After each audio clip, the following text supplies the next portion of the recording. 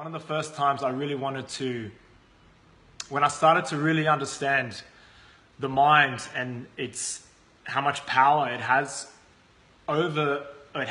over me, and how if I override it, thanks for the thumbs up, how if I override it, what happens?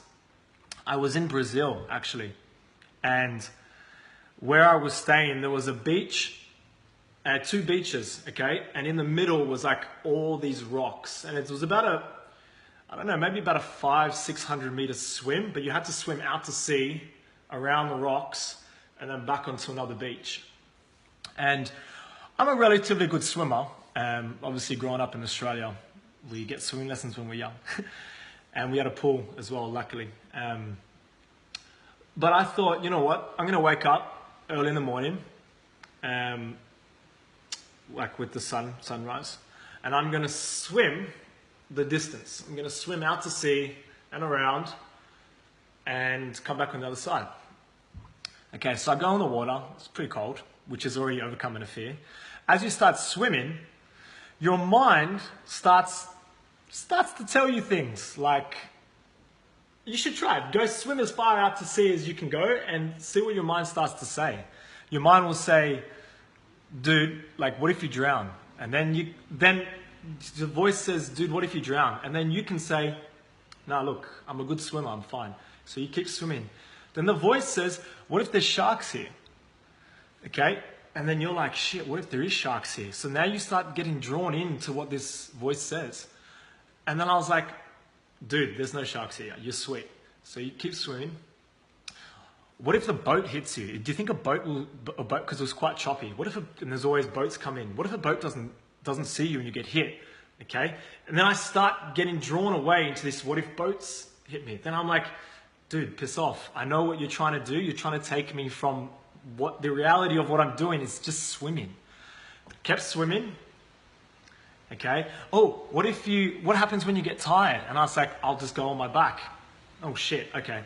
That shut it up. Dude, it kept talking the whole time I was trying to swim, until I swam a couple of 100 meters around the rocks and I could see the other beach, and then it started to back off a bit, okay? When I got to the other beach, all of a sudden, my mind had nothing bad to say, only good things, okay?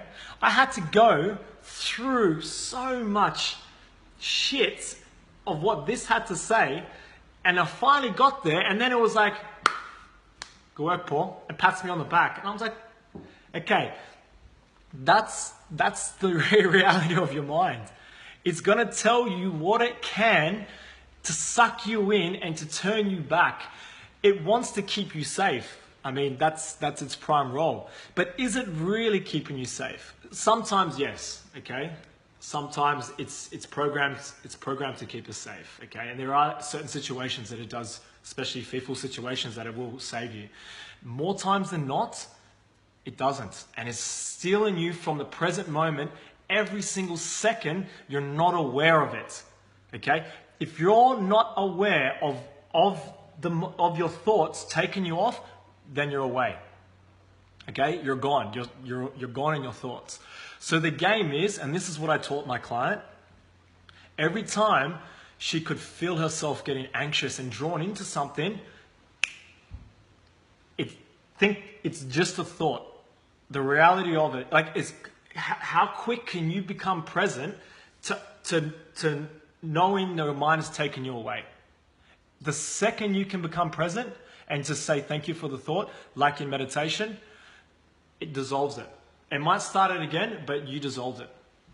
So what meditation taught me was this, was understanding the mind for what it was, okay? It's just a thought. And not allowing it to rule my life, and not allowing it to have the power about over how I feel. Because if you allow it to take you for a ride, it's going to show you and draw up some pretty dark things. And you'll start to really feel your thoughts, okay? Because like I said, the reality of it is you're just doing what you're doing, but your mind will take you somewhere and you'll start to feel those thoughts. So